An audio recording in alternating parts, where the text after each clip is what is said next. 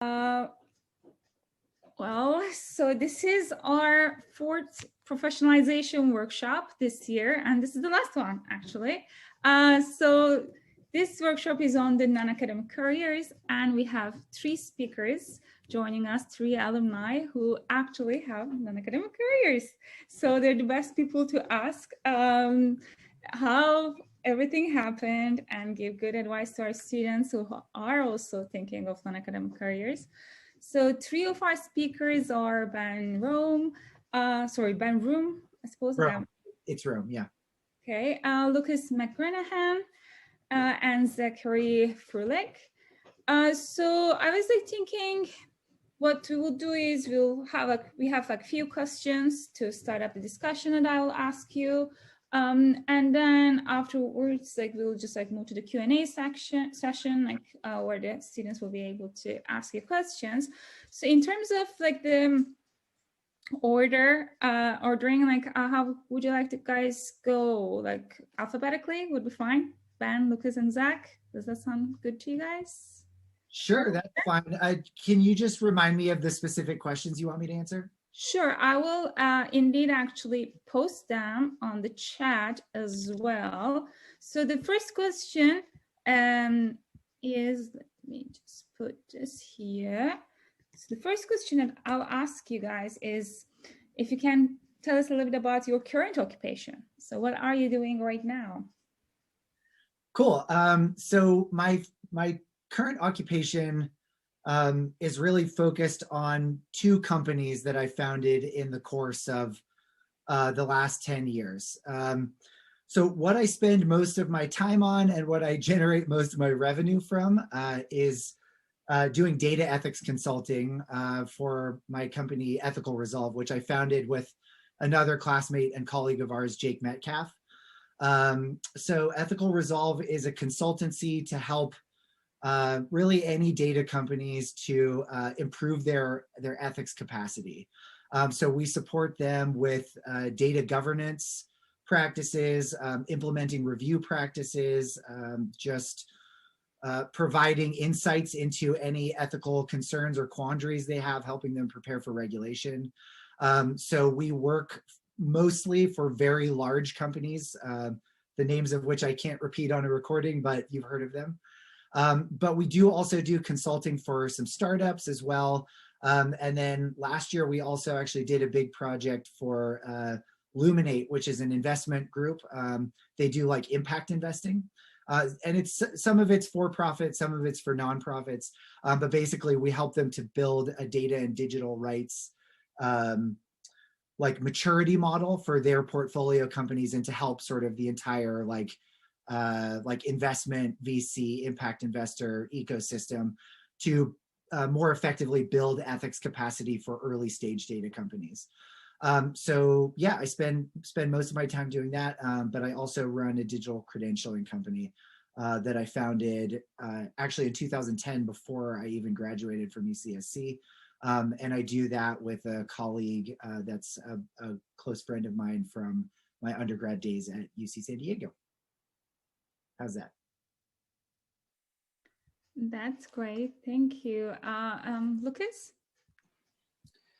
Sure. So I do a couple of things. The main 9-to-5 job I do, the W-2 income, is from the University of Chicago.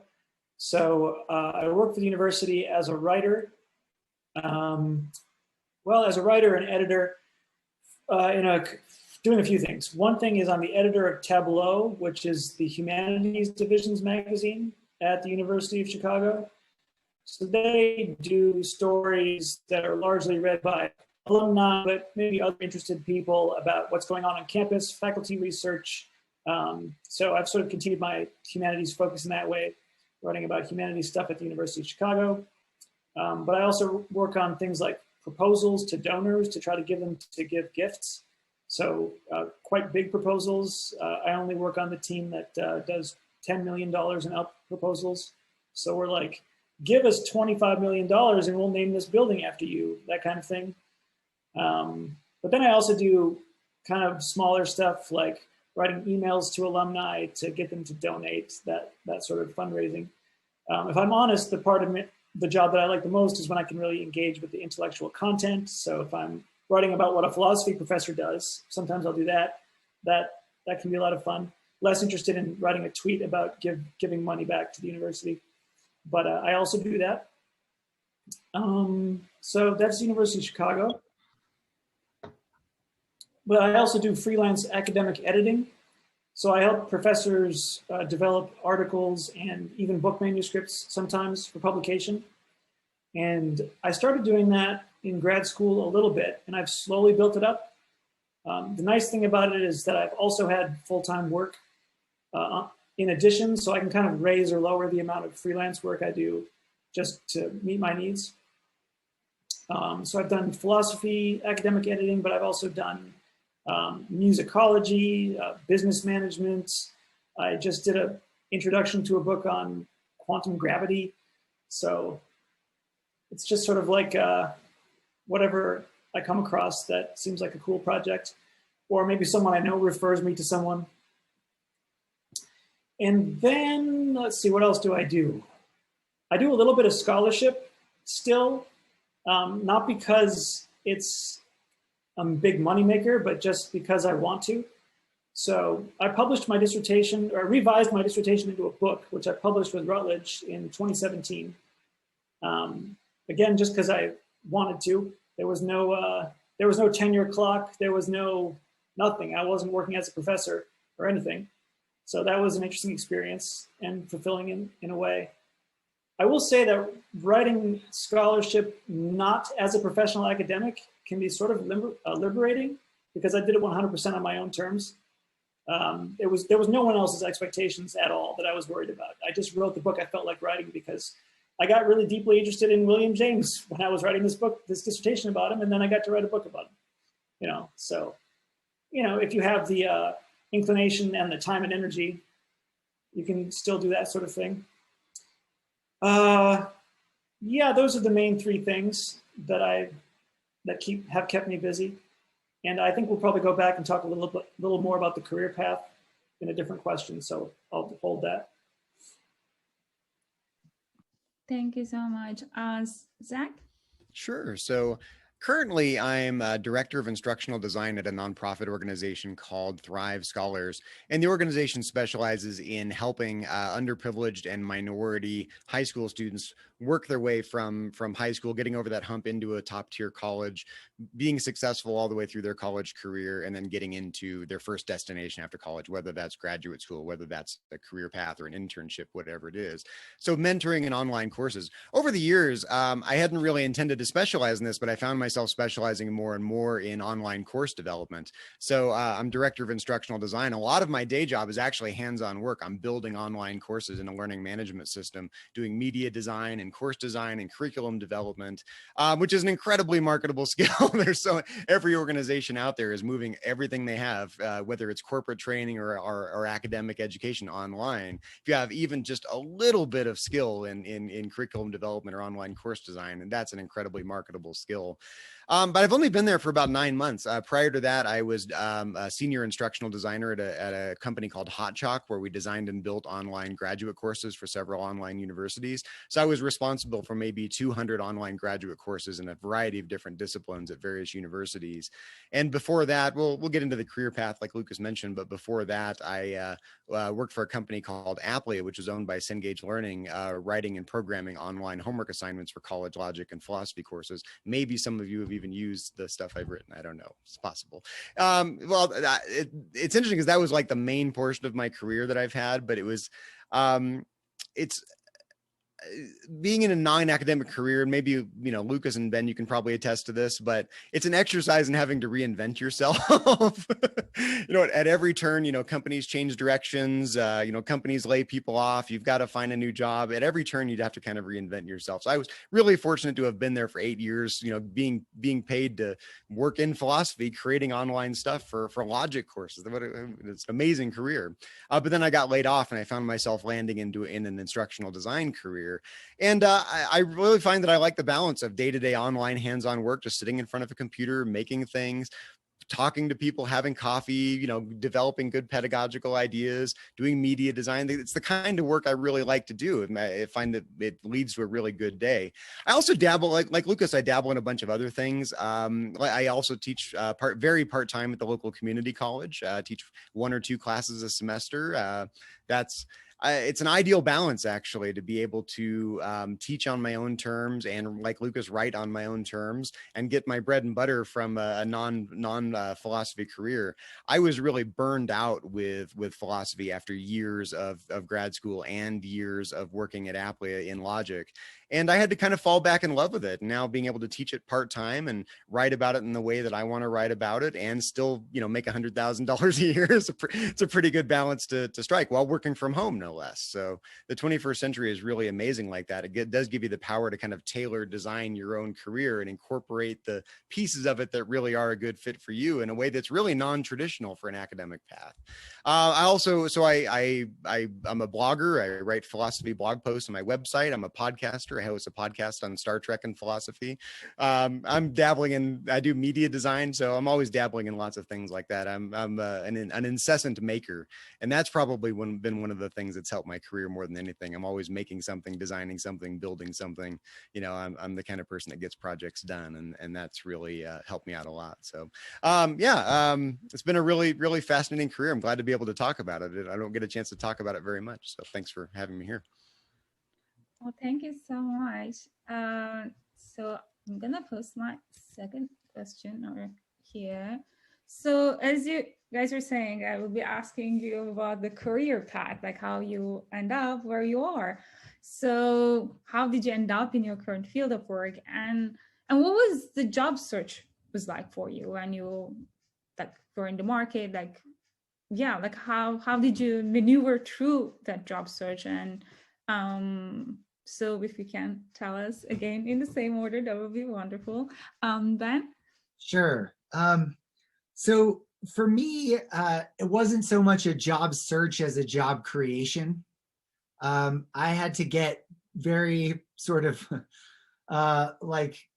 clear about what my skills were and what I was interested in doing and what I cared about, and then sort of search around and find that based on sort of what I was engaged in and the momentum I was going in. And I think Zach is absolutely right that it does kind of require this constant process of self-reinvention.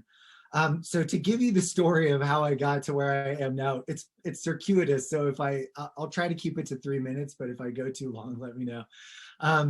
So I started to work with my buddy Hank on our ed tech company in 2010. I finished my PhD in 2012. So I was working on it concomitantly with writing my dissertation, which was kind of insane in a way, but I had the motivation of my advisors and just my desire to finish, and also the motivation that was sort of generated by my collaboration with my co-founder Hank, to really just work on both things simultaneously. And it ended up being, feasible. It took a lot of time, but so does everything.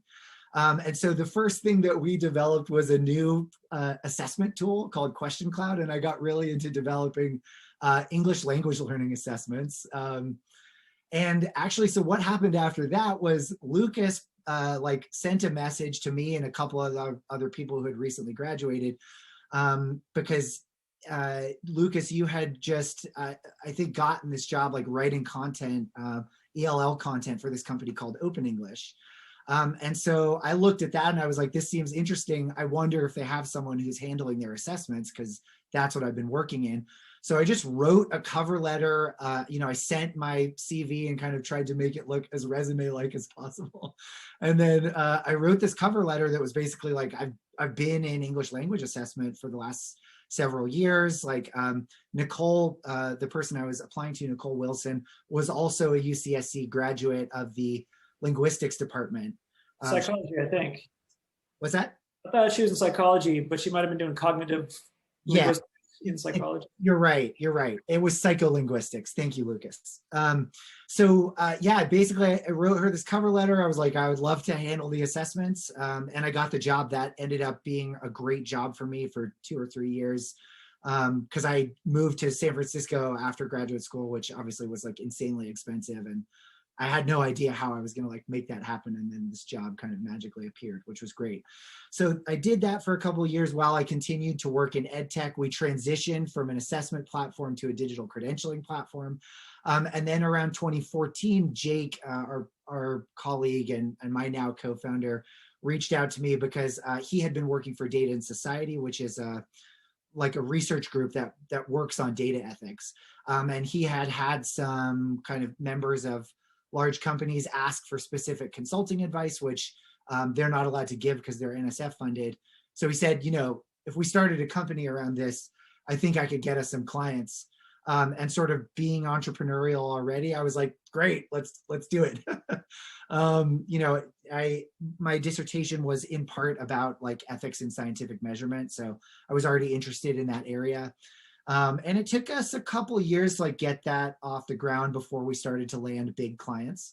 But ultimately, we did land some very large corporate clients, and we've had sort of like one very large project every year since 2016. So yeah, like I said, I didn't really search so much as I created, slash, you know, sometimes people approached me, sometimes I had approached them, but like I've never gotten a job where I applied in the traditional mode. So yeah, I guess maybe I would think of it in different terms than a job search. I'll close there. Yeah, Ben, there's this concept in evolutionary biology of niche construction, where it's not just that an organism adapts to its environment, it actually changes the environment that it's adapting to. So there's like a feedback loop there. So instead of just showing up and seeing what the job postings are, which would be adapting to your environment, you can actually create that environment if you can create a company or create your own job. So occupational niche construction, I would call that. So for me, towards the end of graduate school, I was beginning to be disillusioned with the academy and not sure if I really wanted to do that anymore. And I was trying to think about what I could do. My strengths were in writing and editing and research. But I also liked the idea of trying to do something purposeful or good. So I started thinking about how I could get involved in the nonprofit sector. So my first real transition was from the academy into nonprofit work, with a little bit of a byway with that company that Ben referenced, Open English. I did some writing of online English language lessons for Open English. But my main transition was into the nonprofit sector. So I worked for several Bay Area nonprofits. I worked in civil legal aid in Oakland. I worked for a middle school that teaches kids how to play classical music, as well as having a full curriculum school in Berkeley. And I think a takeaway from that is, well, first of all, I don't regret doing it because it's not a bad way to break into the professional world. But I think what I learned is that I don't want to do a job that just has a mission that I like. I want to actually enjoy my day-to-day work. So, I mean, often there's a kind of trade-off there. Like, you can like what you do, but you're doing it for the corporate world and it feels empty. Or you can work for a nonprofit and not make very much money, and maybe you don't like your day-to-day work. If you can get those things to line up, that's great. But, I didn't find that writing grants, for example, was that exciting or fascinating to me. I could do it. So I kind of did that for a few years, and then I was able to take those nonprofit developments, fundraising, and communication skills, and then get into the higher ed world. And then getting into communications at the University of Chicago, that was more of a way that I could engage with intellectual content again. So like I said, I edit this humanities magazine at the University of Chicago. And also the brand of the University of Chicago, I'm not sure how familiar people are, is very cerebral and intellectual and theoretical. So like it's very on brand for them to do like abstract and kind of like challenging stuff, which is more exciting to me. So that's kind of how I got to where I am with the university communications world. And like I said, I've been keeping a foot in the freelance writing, which I started in grad school. And I've often toyed with the idea of trying to expand that part and contract the university communications part, because being your own boss and spending all my time working on these cool projects, but there's a kind of stability issue there. Like, do I want the job with the regular salary and the health insurance? Can I get health insurance through a partner? All those sorts of questions. So that's an ongoing thing in my head of how much can I, or how much do I want to increase the freelance work, get rid of the stable salary W-2 work. Also, I realized I forgot one of my jobs. I recently picked up an adjunct lecturing position just to keep some teaching in there. I haven't taught for years. Last time I taught was at UCSC. But I decided I'd put a bunch of CVs into a bunch of lecturer pools and just see what happened. And because of the pandemic and everything's online, I'm teaching a course at a community college in Maryland. So I'm getting back into the swing of that. I'm remembering what I like and don't like about teaching, and trying to figure out. So yeah, there's this balance of, there's the freelance editing. How much of that do I want? How much of the teaching do I want? Can I do all that on top of a job that expects me to work 40 hours a week? I don't know. But that's where I am, trying to juggle all these things. I would say I'd like to acknowledge that the process of questioning whether you're going to be on the academic career path it's emotional work, because it involves your identity. It's not just a process of learning a bunch of stuff in graduate school. Like, you're just absorbing a bunch of information. You're being formed into a certain kind of person, and you think of yourself a certain way. So learning to be flexible with that and be willing to practice non-attachment to your own academic self and unravel it a little bit if that's what you need, that's healthy. Just wanted to make that point. Thank you. Zachary? Sure. So like I mentioned a minute ago, my career's had a few different phases, and the beginning of it was basically where you guys were at. I was a grad student at UC Santa Cruz. I was a teaching fellow. I was lecturing, doing logic classes. Ben was one of my TAs one time, actually. And one day I got this random email from Cengage Learning, the publisher of the Hurley Logic textbook. They're one of the big academic publishing companies, educational publishing companies, from one of their divisions called Applia. And they sent me an email saying, hey, we're looking for someone who can write and program online homework assignments for college logic courses. And I didn't really associate them with the textbook. But turns out I was just on a list of instructors who had adopted their textbook, and I was high on the list, I guess, for some reason. So they sent me an email. I think they were looking for like a grad student recommendation. Like, could you recommend, one of your students? And of course, Santa Cruz is like the most expensive place in the country you can live to go to grad school. And I was teaching and I was working part-time at the mall. I was working at Radio Shack there in the mall in Capitola to make ends meet while I was trying to write a dissertation. So I wrote back and said, yeah, I can do that. And so sure enough, I interviewed with them, and 2 weeks later, I had a completely different career path. I found myself sitting in an office building for 60 hours a week, writing and programming online homework materials for their biggest logic textbook, materials that would eventually be used by about 30,000 students a year, which is an amazing chance to make a kind of discipline-wide impact on how a certain area is taught. Like, there were people out there learning it my way because I'm the one who was given control to make it. It was an incredibly empowering role to have, to take all the teaching experience and all of the logic experience and the product design experience, even some technical experience. Like, I remember when I interviewed, they're like, we use this kind of technical authoring environment. It's kind of like HTML, it's XML based. Is that going to phase you at all? And I had really no idea what to expect. And I was like, yeah, I wrote a GeoCities website in HTML back in 1997. I can probably do that. And sure enough, like, just having that, Ben's laughing because he knows this is true. Just having enough confidence in your ability to learn what it's going to take to be successful made all the difference. Like, I created this impression, like, even if it was a little bit of smoke and mirrors when I was, 25 or however old I was, 27.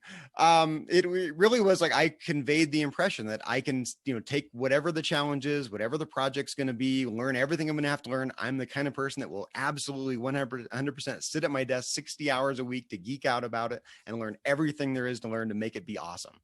And that's exactly what they needed to hear because they knew nothing about logic. So I found myself, basically, sitting there writing and programming the assignments, working with software engineers to design these really cool interactive widgets like interactive Venn diagrams and proof checkers and all the stuff you do in a logic class. Very creative as a result. I got a lot of creative control. And it was, to this day, it was the most authentic job I could have imagined for myself. Like I was working with people that were collegiate. They were experts in their respective fields. I sat next to subject matter experts in history and economics and just down the list of everything you'd study in the academy, people who were just the top of what they were doing, all in the same room, being massively creative, getting paid a lot to do it.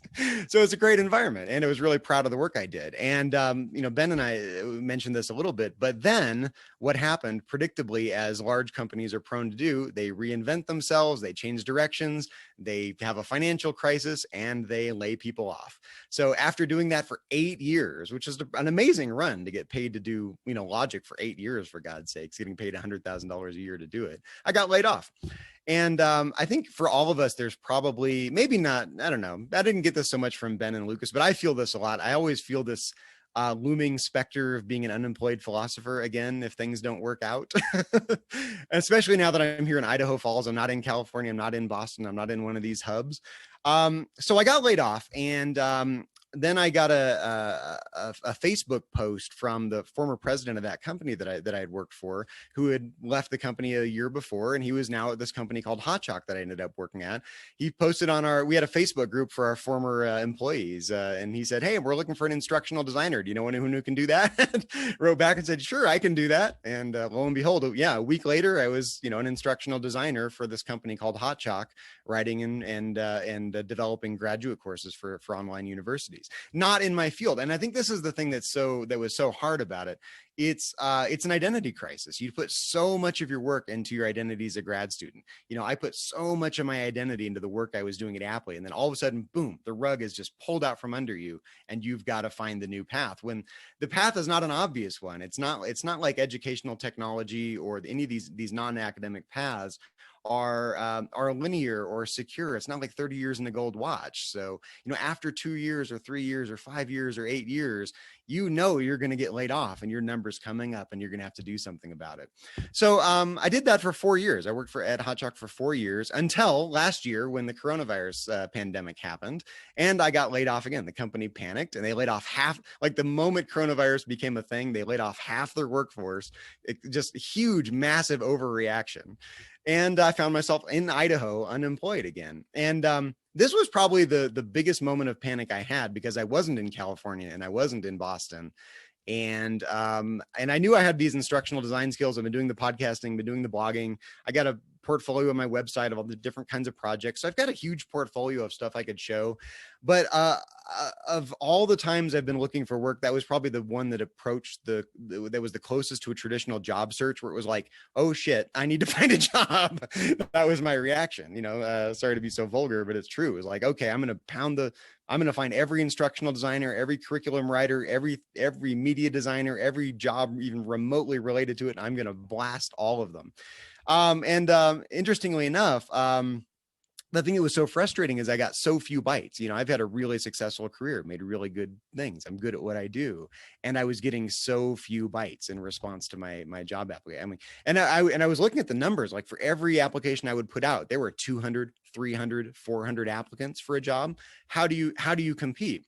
So what happened most recently is I got in touch with a recruiting firm. They were just looking for someone who can come on board, just a short, like 8-week contract to help the organization that I work for now. They weren't doing any online curriculum. They were just doing all their stuff face-to-face, one-on-one coaching. They ran a summer academy that they run at several different universities for high school students taking college classes at universities. But all of a sudden it needed to be moved online like now. And I can do that. So they hired me to do that for 8 weeks.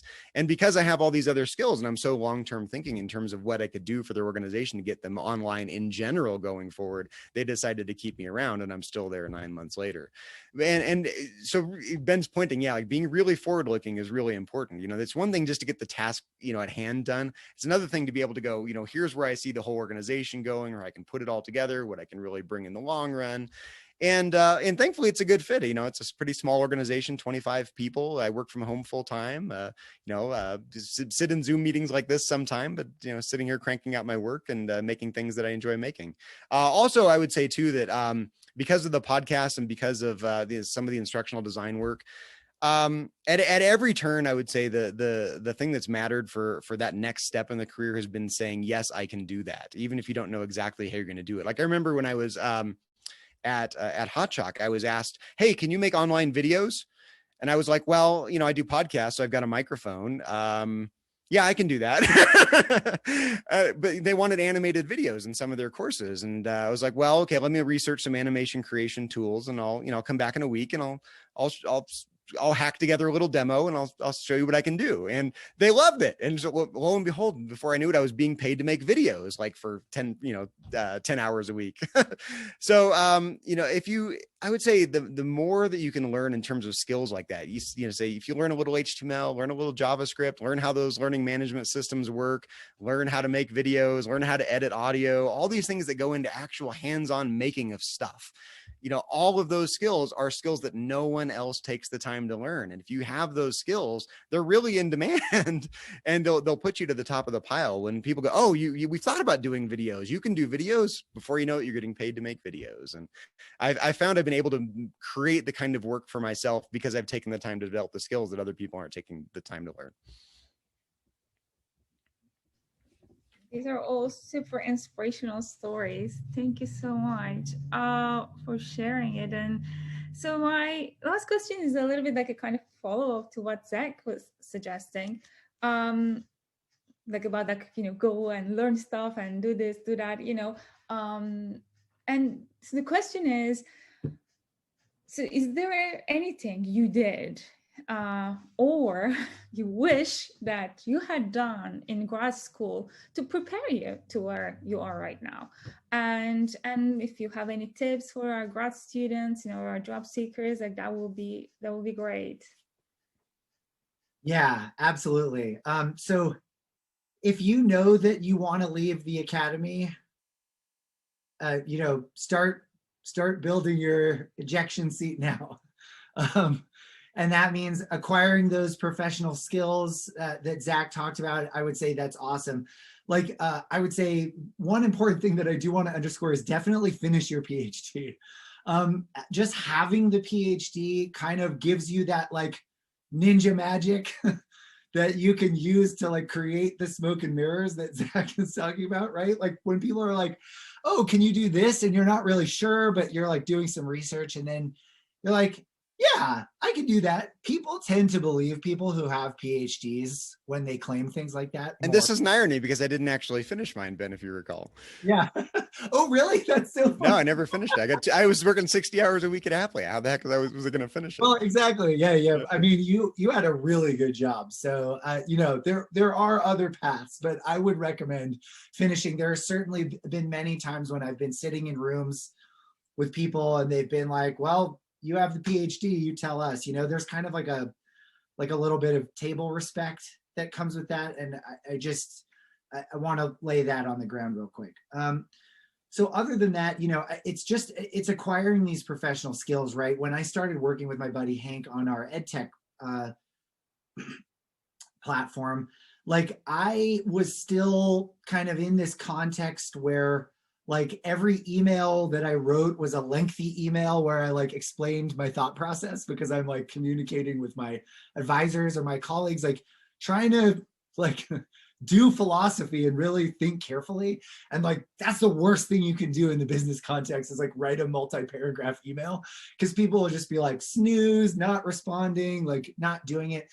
Like, so there's those real just kind of nuts and bolts professionalism angles that you kind of want to be familiar with. There's a much like working in the professional context is much more high touch, right? You're talking to people a lot more frequently, but in much less depth, right? There's kind of this idea that like when you're working in the business context, like people want to be checking in all the time to make sure that projects are moving forward, that deliverables are getting completed. It's not like, oh, I went to go talk to my advisor. They gave me a bunch of insights about how I should change this chapter. Now I'm going to go away and just write for a month, 6 weeks, 2 months, and then come back later, right? It's like this kind of continuous stream of like light touch communication. And there's so many things like that that like you'll discover you really want to acquire in the business context. And so I recommend that, you know, you try to start developing those connections and engagements as early as possible, especially if you know you want to leave. And like both Zach and Lucas have also come back to teaching, which I think is awesome. I've thought about that. I certainly miss teaching a lot. And so, you know, just because you're planning to go on a non-academic track doesn't mean you can't ever teach a class or do scholarship again. It's just like you're not pursuing that tenure track position, which obviously comes with its whole like set of difficulties around that pathway. So I want to talk about like just the internal piece as well, because both Lucas and Zach have addressed this, like this need to sort of constantly reinvent yourself, because the world is constantly reinventing itself. All these companies are constantly reinventing themselves. And you can't expect to depend on any one of them, right? Like the tenure track academic position, the tenured professor might be the last person in this world with true job security. But like we all know how hard it is to get there, especially given just the way the world is right now. The folks that are our professors got those jobs in a distant past, where I think people will agree, you know, there were just less people or fewer people competing for those positions. And so like I use this analogy that I call riding the maelstrom to kind of describe this to myself. So one of my favorite sociology books, After Method by John Law, suggests that we sort of look at reality as this confluence of winds that's constantly changing and reaffecting itself and updating itself. And like that is the world that you're in, and you need to kind of reposition yourself, think ahead, think into the future, always be looking into the future. Like Jake and I started Ethical Resolve in 2014 when we expected that there would be need for data ethics consultants, and now there are thousands of people trying to get into a role that Jake and I were some of the first people in. We got some of the first very large corporate clients.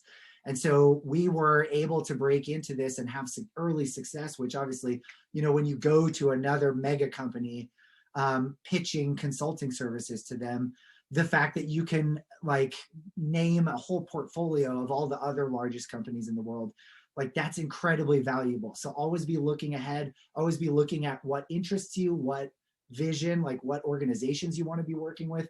But as Lucas said, also like making sure that you can find a role that you're interested in and that inspires you and is meaningful to you on a day-to-day basis.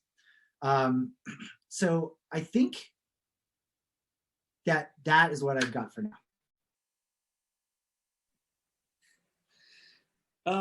So part of the question, I think, is what do you wish you had done in graduate school yourself?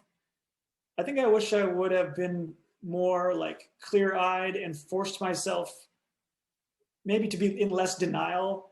I kind of allowed myself towards the end of graduate school to be like, I'm sort of doing this academic thing, but I'm sort of not doing it.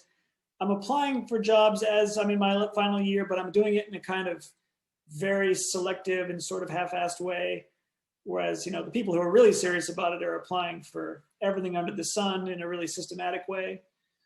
You know, am I really someone who's willing to move anywhere in the country or world for a job?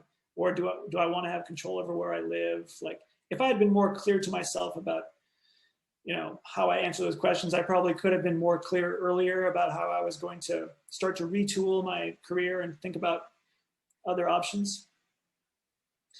Something that I think Zach mentioned before, to be aware of, whether you want to do the academic career or not, you may have a period of burnout just as you're finishing up. I know that I didn't want to look at anything to do with philosophy or my dissertation for some time. Like I said, I eventually returned to it and I made a book out of it. But that was after feeling like it was PTSD if I thought about it for, you know, that's an exaggeration, but there's a continuum of that maybe. Post-traumatic troubling feeling, I don't know. But yeah, but I went through like a period of not wanting to think about it at all. And then I kind of remembered that I actually wrote this thing because I loved it. and kind of got a new relationship with it. So that was cool. Maybe just to reassert a point I made before, because I'm not sure how clear it was. One thing I've realized is I don't necessarily want to work for a company I like doing a job that I don't like, right? Sometimes I find myself falling into that trap again. I'll be looking at job postings and I'll think that's a really cool organization. Now, they do great stuff. But I'm like, does that job sound like something I want to go do every day for a few hours? No, actually. So the mission, the glowing mission in the background actually is not going to sustain me through doing that work that I don't want to do. Those are my thoughts at the moment. Lucas, I think that's such a good point because I found that this kind of non-academic work is either the most inspiring thing when it's authentic and you're spending your time doing the kinds of things that really are you and that you like to do, or it's the most inauthentic, tedious work when you're doing the kind of day-to-day work you really don't want to do. So you really need to be self-reflective about what kind of work makes you happy, how you like to spend your time, and how you feel fulfilled at the end of the day. Otherwise, it can be a recipe for misery, but it can be a recipe for authenticity and being a good version of yourself. I've got a few things I want to talk about, a couple of which I've already mentioned. I would say, what I did right. I was always making things. Way back in 1997, I did have a website that I made, and it was a crappy website. It was a GeoCities website, but it allowed me to say, oh, HTML, yeah, I've got some experience with that. So whatever that thing is for you, it could be making videos, it could be podcasts, whatever it is, just find something for you and make something. And then that's the kind of thing that you can have for life, that you can show people that you made. So constantly be building a portfolio for yourself, racking up as many of those technical skills as you can along the way. I want to pick up on something Ben said, because I feel like I really had a lot to learn about the difference between academic communication and corporate communication. This is probably one of the biggest learning curves I had. When I was first hired at Applia, I was hired because I was an expert. And that's one thing I did well. I became an expert and I was hired and I was viewed as an expert from the very beginning. It created this kind of baseline level of respect that I appreciated and served me well. What didn't serve me well is that when you're in academics, you can get away with, frankly, how to put this, pretty reprehensible tone of communication and behavior in communication because of the ivory tower nature of academics that bleeds into all your communication styles, all your communication habits, how you word things, how you phrase things. And I really had to be trained out of a lot of those things when I started working in the corporate world. I thankfully was just blessed with a boss at Applia who picked up on it early and had been working in the corporate world for 20 years before. And he said, we're really going to have to work on your communication style a bit. People respect you. They like you, they trust you, but you come across as condescending. When you're writing an email, you're writing these 4-paragraph long, like Ben mentioned, you're writing these 4-paragraph long emails when, someone has attention span for like 4 bullet points. So, you got to learn to condense it down, keep it positive, keep it collaborative. That kind of ivory tower solo expert kind of mentality just does not fly in the corporate world. And I would say, Ben, you and I have an interesting contrast in this, and I don't think these are incompatible, but I think you mentioned that having your PhD gets you kind of this level of credibility in communication and in planning and in the corporate world. And I actually had the exact opposite reaction. Having worked in education publishing, I think most academics were viewed as the authors and they're people to rein in and control, and they're the ones who are off in their ivory tower and unrealistic and impractical. And so I would say, if you move from academics into the corporate world, keep in mind probably that, yes, it might give you that level of credibility from an expertise standpoint, but almost everyone views the ivory tower with a little suspicion. Like those are, impractical, pie in the sky, dreamer kind of people. They really need to learn how to be project managed.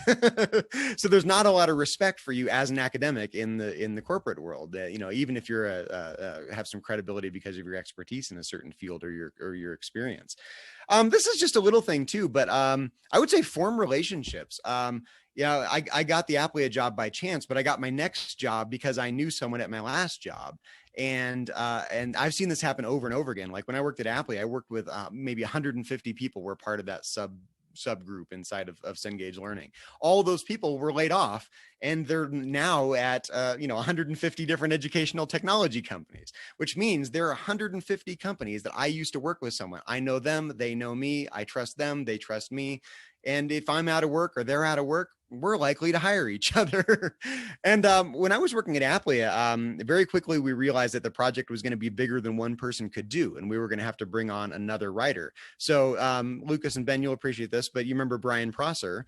I brought on board Brian Prosser, who is a fellow grad student at UC Santa Cruz. And interestingly enough, his career and mine now have been in tandem for like 17 years. He got me my first teaching job even before the Applia job. I just got my master's degree, and he had been teaching at the community colleges prior in California, like Evergreen Valley College there in San Jose. And he said, hey, I was offered this teaching gig, but I can't take it. I recommended you for it. So he got me my first teaching job. Then I get hired at Applia. And what do? I hire Brian to come write stuff with me at Applia. And then I get laid off and I work at Hotjock. And lo and behold, we need a part-time instructional designer. Who do I hire? Brian.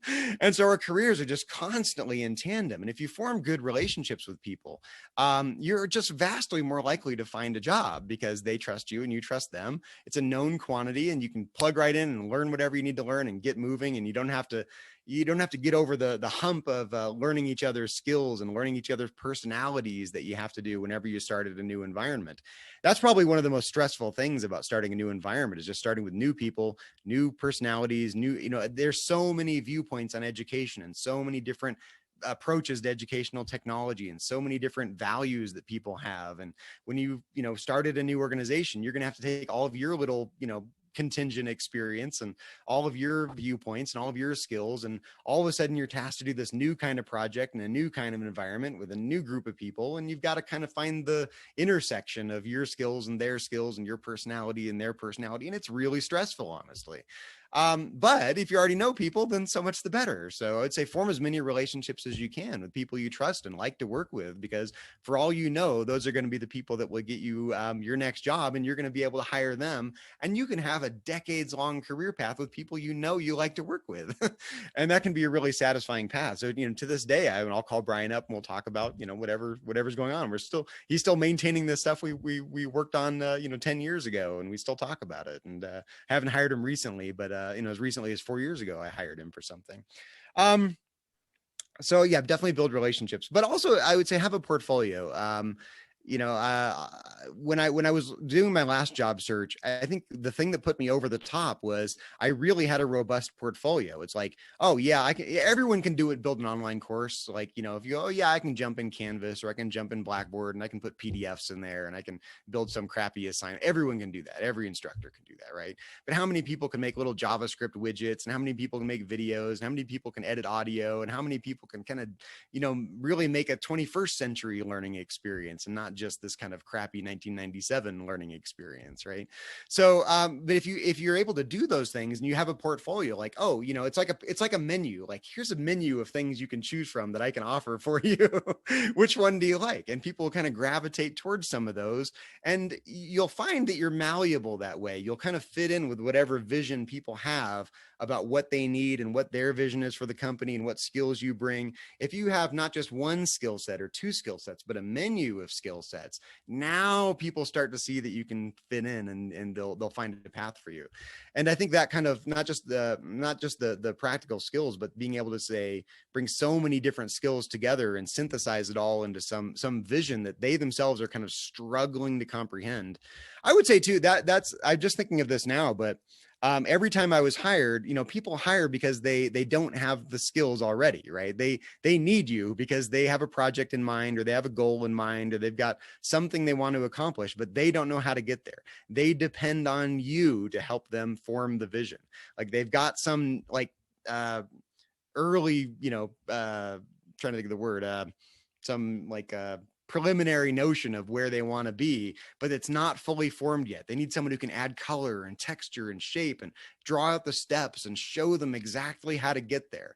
And if you can bring all those skills into play and put it all together and synthesize it all for them, it's a really synthetic activity, taking all these different competing skills, all these competing goals, the time frames, all the personalities, all the all the limitations, all the challenges you're going to have to overcome, and go, yes, we can do that, because boom, boom, boom, boom, boom. And you can show how it all fits together and give them the confidence, you're in, like Flynn, I think, because you're the kind of person that can help them flesh out the vision that they're kind of struggling to have for themselves.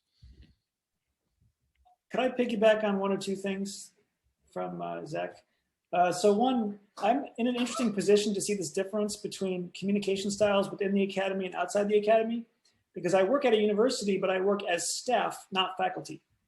So the staff at the university talking to each other, that's just normal corporate communications like any other workplace. And I've learned to communicate like everyone else. I'm brief and gracious and humane with everyone 100% of the time, even if I'm irritated, even if they did something that's objectively annoying. But when I have to interact with faculty, like I have to interview someone to say, I would like to interview you for a story so I can write it up in my magazine or whatever, you may get a completely different response, because they're professors and they may be disdainful or condescending, maybe without realizing that they're doing it, because they kind of view you as a second-class citizen of the university. You're there to serve them. And not all professors, but some.